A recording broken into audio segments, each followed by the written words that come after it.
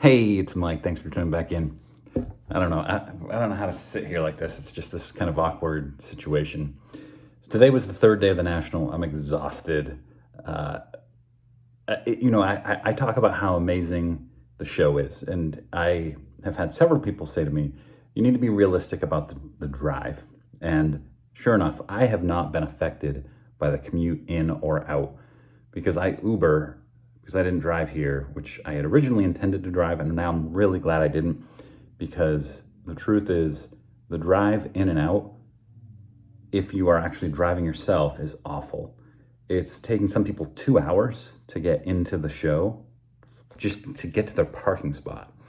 Now, when I ride in with my Uber drivers, they all know the back road, so I get right up close, and then instead of taking the last 30 minutes for the last quarter of a mile, I just say, let me out here, and I walk the rest of the way. Super easy, super quick, convenient for me, but if you drove in, it's bad.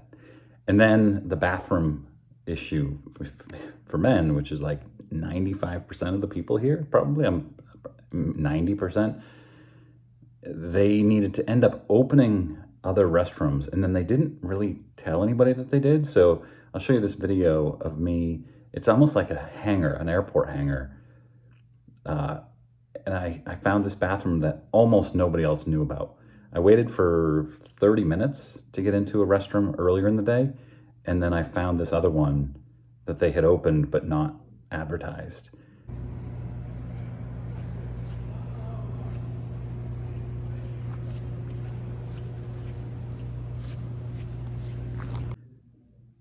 I don't know, man. I think, so let's just talk about, I've gone to the last three. Atlantic City, I felt was a great layout. I know a lot of people had problems with the location, but the layout of the show, it was comfortable. Everything was good about the show itself.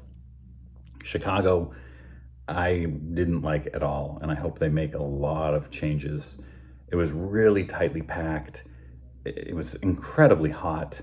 It was a maze, a labyrinth of rooms, and you didn't know where you were going.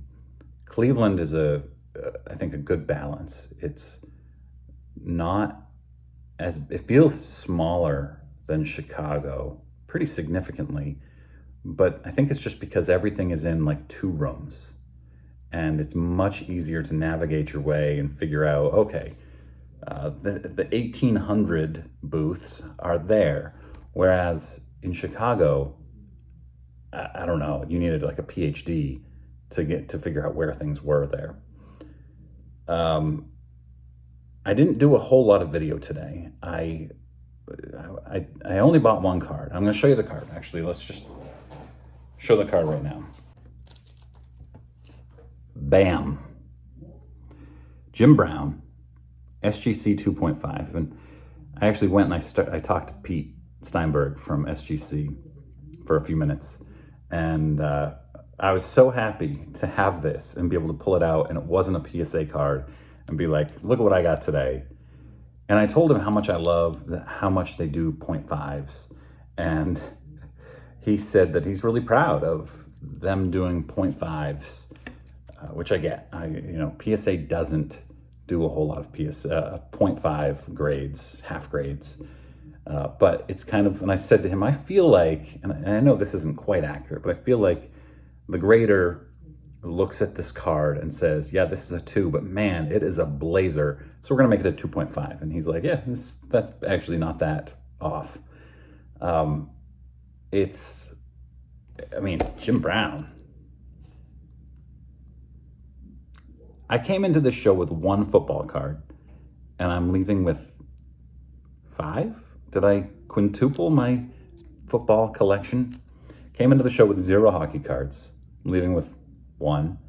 I came into the show with 0 boxing cards. I'm leaving with 1. I'm really expanding my collection, which is fun. I'm really enjoying this. I can't wait to get into the collection of MV100 starting next week. Mike Moynihan actually picked up my number 100 card.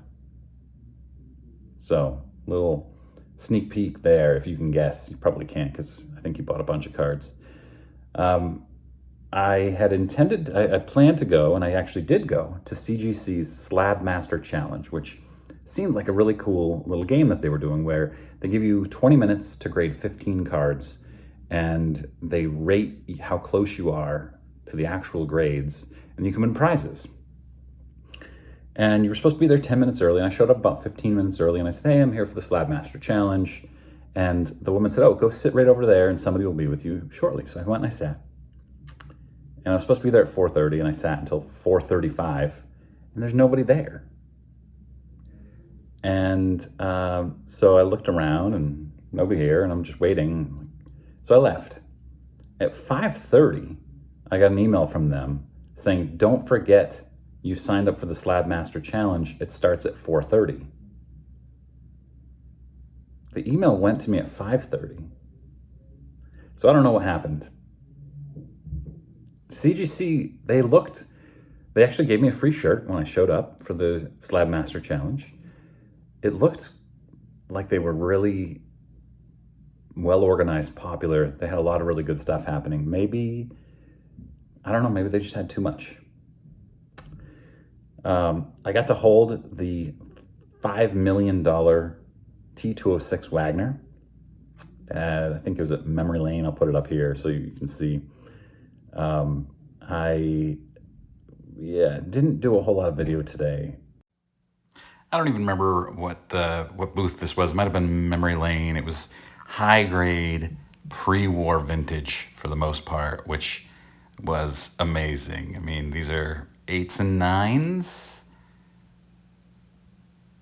Yeah, look at these cards. They're spectacular.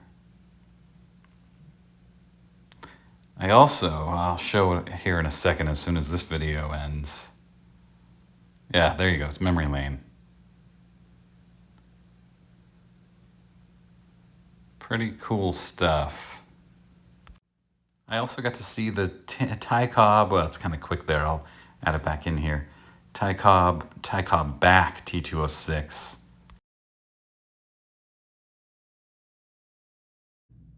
I got to see the Diamond King documentary, and I'm in it twice. I actually got video because you can hear my voice at first. There's like voiceover of me. One card that always caught my attention was Thick Wrist Diamond King's cards. And so I took out my phone really quick and started video, and I got the last like 4 seconds of it. But it was really exciting to see that I'm in it. They interviewed me at the National last year, and with Mike Moynihan too, baseball collector Mike. And then his piece shows up too just a few minutes later. So that was fun. I feel I'm a movie star now, obviously. Just a fantastic week. I love coming to this. I hope I get to come every year. The YouTube get-together was last night. That's why I come. That's why I come to this. I want to meet other YouTubers. I want to meet commenters. I want to meet viewers. And there were people who came up to me and said, I've never commented, but I watch all of your videos. There were people who say, I can't possibly watch all of your videos because you do too many of them, but I love the ones I do watch. Yeah, so it's awesome. And I have a little YouTube get-together project that I'm going to be working on over the next couple of weeks that I'll put together into a video. Last year I did a national tour where I walked around the National with my camera rolling. This year I have something that's more ambitious, but I don't know. I'm excited about it. It'll be the dumbest thing I've ever done on my YouTube channel, but I also think it'll be a lot of fun. Like every YouTuber I went up to and said, I'm doing this and I want you to be part of it, almost all of them said, this is going to be a blast, and they participated. One person did not participate, and that was okay. But it's probably 40 YouTubers that I got to join in on this, which is a blast. Heading home in the morning, I'm really excited to see my family. Tired. I ordered takeout from the same place as I did last night because I didn't have any food.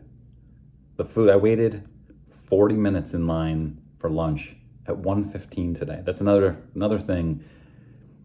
You're not going to get food, and it's all fast food, but you're not going to get food in under 30 minutes at the National, here anyway. Food's not bad. The fries I got were great. The burger was not bad. But it takes a long time. So thanks for joining the ride with me on the National this year. A lot of fun stuff I've got coming out. I won't have a video on tomorrow, Saturday, but I will. I'm hoping to do clearing the bases on Sunday. That's my plan. It might be later in the day this week if I sleep in on Sunday, which I wouldn't be surprised if I do. All right, guys. Thanks for watching. Hope you have a great weekend.